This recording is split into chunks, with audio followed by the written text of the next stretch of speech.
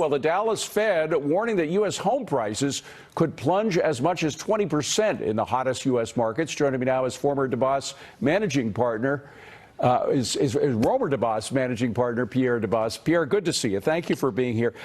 So is this all about rising rates? Although we should mention that mortgage rates just came down a little bit, but you know, they're way up compared to the way they were a year ago. Yeah, David, I mean, rates have more than doubled, almost tripled in some instances in the last 11 months.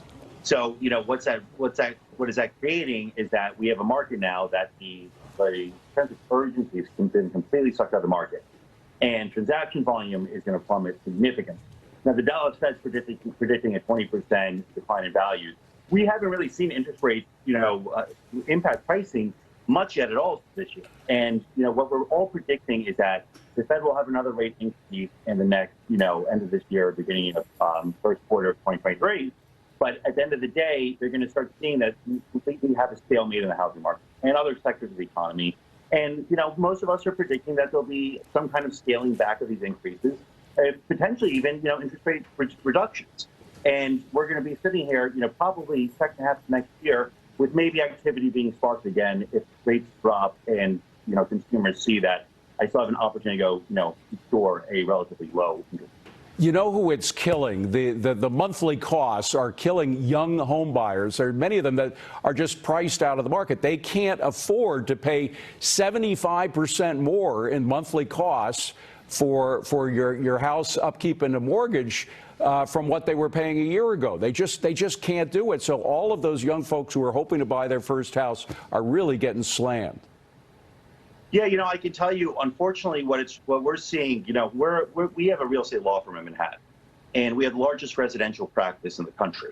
And what we're seeing is a higher uptick in cash buyers, which usually is not related to first-time home buyers, because cash buyers are seeing this as an opportunity to negotiate pricing, somewhat of a softening of pricing, and that we all know that, this will probably be a one-year phase, and then they can pull out their equity when rates decline. Now, the demographic that's completely, completely out of luck is the one you're describing with first-time homebuyers that are saving every penny they can to put 10% down. And with the average monthly cost of living being up $500 to $1,000 a month per household and mortgage rates going up, payments going up 50% in a year, it's completely unaffordable, quite honestly.